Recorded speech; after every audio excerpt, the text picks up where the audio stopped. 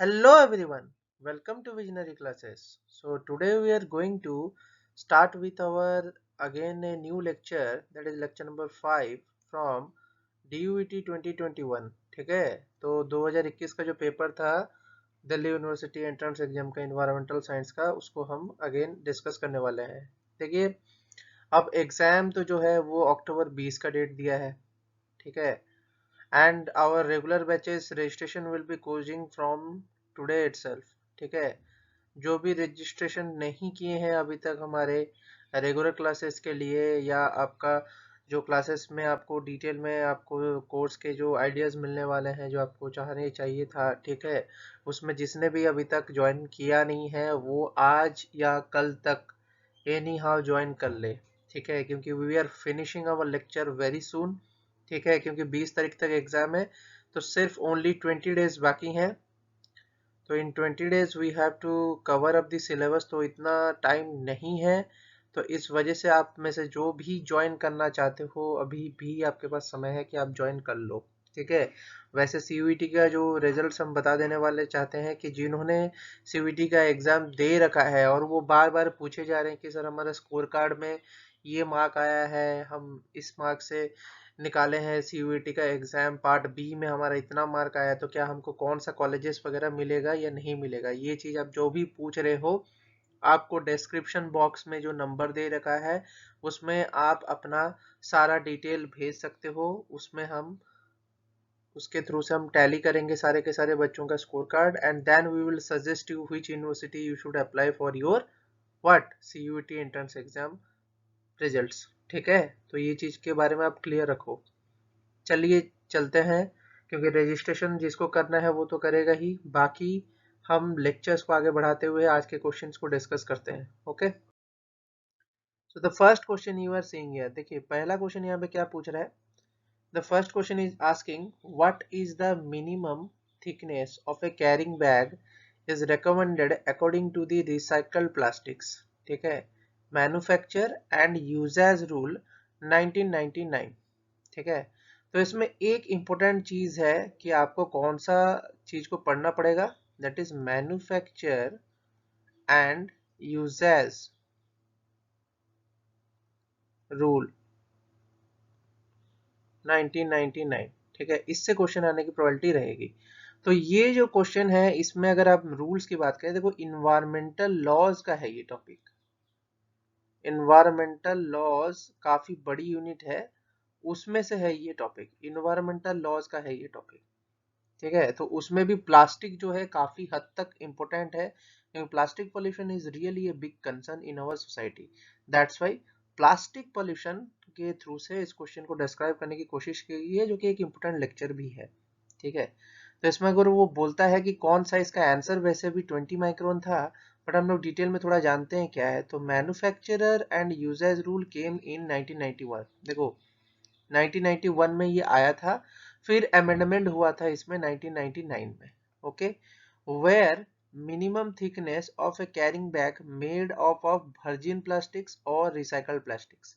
Virgin plastic का मतलब क्या है, न्यू, कोई भी न्यू प्लास्टिक्स है या रिसाइकल प्लास्टिक है जो कि सपोज टू बी क्या होता है, लेस देन और इक्वल टू 20 माइक्रोन्स, ठीक है, 20 माइक्रोन्स के पास पास हो या 20 माइक्रोन से कम हो, then it is very well for users, ठीक है।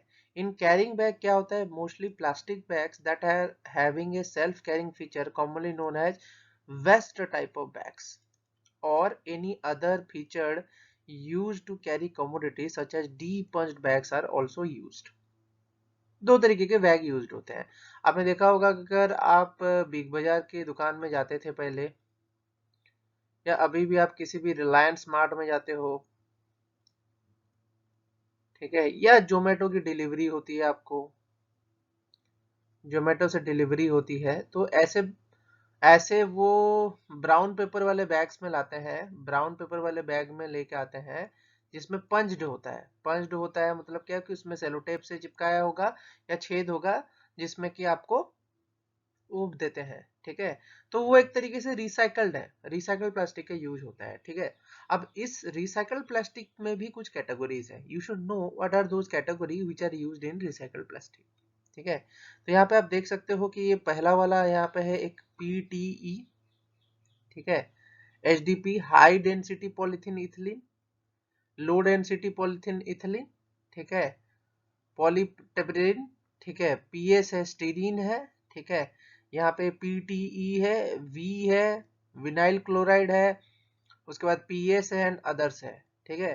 तो प्लास्टिक के टाइप्स देखो, कुछ हार्ड डेंसिटी के प्लास्टिक होते हैं, कुछ लो डेंसिटी के प्लास्टिक होते हैं, कुछ कभी भी नहीं टूटने वाले प्लास्टिक्स होते हैं, कुछ बोतल्स में यूज होने वाले प्लास्टिक होते हैं। देखो प्लास्टिक हमारे पूरे इन्वायरमेंट में फैला हुआ है, बट टाइप्स ऑफ प्लास्टिक कौन कौन सा है यू शुड नो, ठीक है। और ये सब क्या है, इनकी रैंकिंग है, रैंकिंग है, टाइप की रैंकिंग है। तो आपको याद रखना है कि कौन सा कहाँ पे यूज होता है।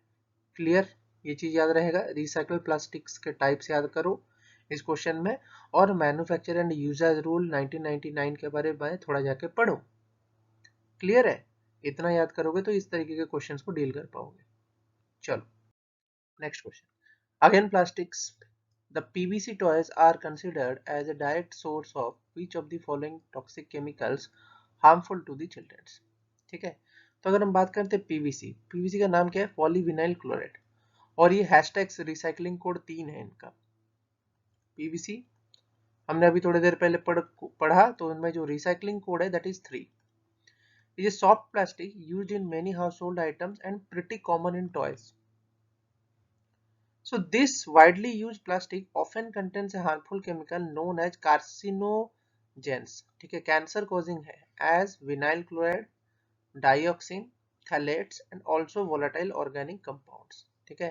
विनाइल क्लोराइड तो होगा ही होगा, नाम से पता चल रहा है, डाइऑक्सिन्स भी होंगे और थैलेट्स भी होंगे, तो इसमें थैलेट्स था आंसर, ठीक है। सोडियम एल्गिनेट नहीं हो सकता, ब्लैक कार्बन तो नहीं होगा यार, प्लास्टिक में ब्लैक कार्बन कहाँ से आएगा।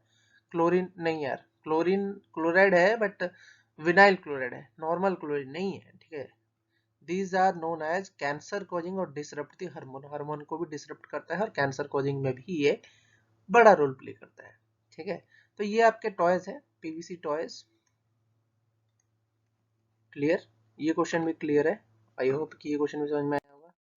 नेक्स्ट क्वेश्चन, नेक्स्ट क्वेश्चन पूछ रहा है, arrange the following activities representing the correct sequence of the health risk assessment process, ठीक है। जिसमें कि क्या होता है, देखो क्वेश्चन है हेल्थ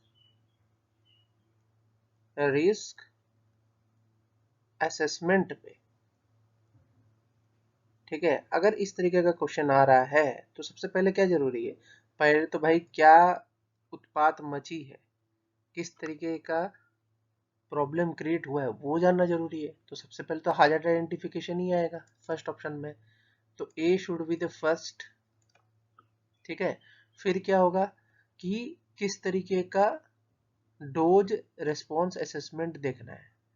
हैजार्ड के बाद क्या है, मेडिसिन दोगे, बीमारी के बाद तो मेडिसिन दोगे, तो डोज भी देखोगे कि किस तरीके का डोज दिया गया है उसको। क्लियर, तो सेकेंड स्टेज पे तो डी आना चाहिए, ठीक है। फिर कितना एक्सपोजर है, उस डोज से कितना एक्सपोजर मिला है, उस कितना आराम मिला है या कितना उसको राहत मिली है या कितना उसको प्रॉब्लम हो रहा है, वो चीज देखोगे किसमें, एक्सपोजर में, ठीक है। फिर रिस्क कैरेक्टराइजेशन करोगे, कैरेक्टराइजेशन तो लास्ट में ही आएगा भाई, सब देख परख के ही कैरेक्टराइज करोगे कि हाँ ये दवा जो है इतना हद तक सही है, इतना हद तक खराब है। क्लियर, तो ये एक तरीके से हेल्थ रिस्क असेसमेंट को आप मेडिसिन डोज से, मेडिसिन और डिजीजेस से को समझ के बना सकते हो उस क्वेश्चन को। क्लियर, तो इट वाज वेरी इजी, इसमें कोई बड़ी बात नहीं थी, ये बहुत ही इजी क्वेश्चन था। Okay, this is a very interesting question, इससे क्वेश्चन जो आते रहते हैं। बोलता है which of the following is the correct sequence of soil origin in the soil associated with the forest vegetation with high rainfall starting from top to bottom। देखो फिर बात आता है, इसने बोला forest vegetation,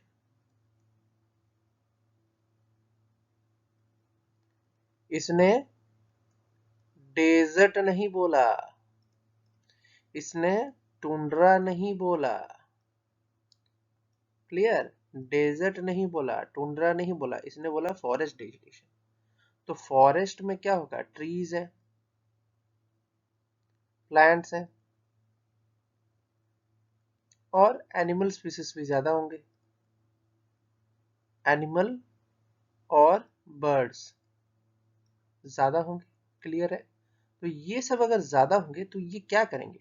they when they die, ठीक है, जब इनका डेथ होगा और इनका जो इनका एक्सक्रिएटा है, एक्सक्रिएटा जो है, एक्सक्रिएटा जो निकलेगा वो क्या करेगा? वो जब निकलता है तो ये एक ह्यूमस कंटेंट बनाता है, दैट क्रिएट्स ह्यूमस।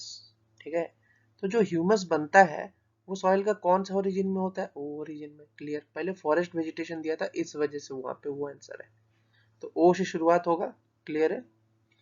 उसके बाद हम सॉइल ओरिजिन की बात करें तो पहला जो ए लेयर होता है उसमें क्या होता है? मिनरल होता है, मिनरल्स प्लस ह्यूमस। ठीक है? नीचे के लेयर ई होता है। अभी ई लेयर क्या है? लीज्ड मिनरल और ऑर्गेनिक मैटर। इसमें क्या होता है कि ऑर्गेनिक मैटर प्लस मिनरल्स जो होते हैं नीचे चले जाते हैं। ठीक है? इसको हम इल्यूविएशन लेयर भी बोलते हैं, इल्यूविएशन लेयर। ठीक है? फिर उसके नीचे क्या आ जाता है? डिपोजिट हो जाता है मिनरल और मेटल्स, जिसको हम इल्यूविएशन बोलते हैं। ठीक है? देखो, एलुविएशन और इल्यूविएशन दोनों में फर्क है। ठीक है? देन कम्स पैरेंट रॉक जो कि पार्टली वेदर्ड है। देन कम्स बेड रॉक जो कि रेगोलिथ है, इसको हम रेगोलिथ भी बोलते हैं। It is very strong. ठीक है? ये हार्ड रॉक वाला लेयर है, last layer, that is called as regolith. Clear है? इतना क्वेश्चन क्लियर है?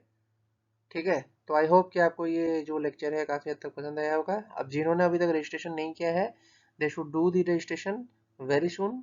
अदरवाइज हमारे जो न्यू क्लासेस हैं वो अक्टूबर के फर्स्ट वीक से शुरू हो जाएंगे, तो आपको फिर रजिस्ट्रेशन करने को टाइम नहीं मिलेगा, क्योंकि we are not taking extra students for now, because 20 तारीख को ही एग्जाम है। सो आई होप कि आप जल्द से जल्द सारे रिविजन्स को कंप्लीट करें और अच्छा करें एग्जाम में। Have a nice day.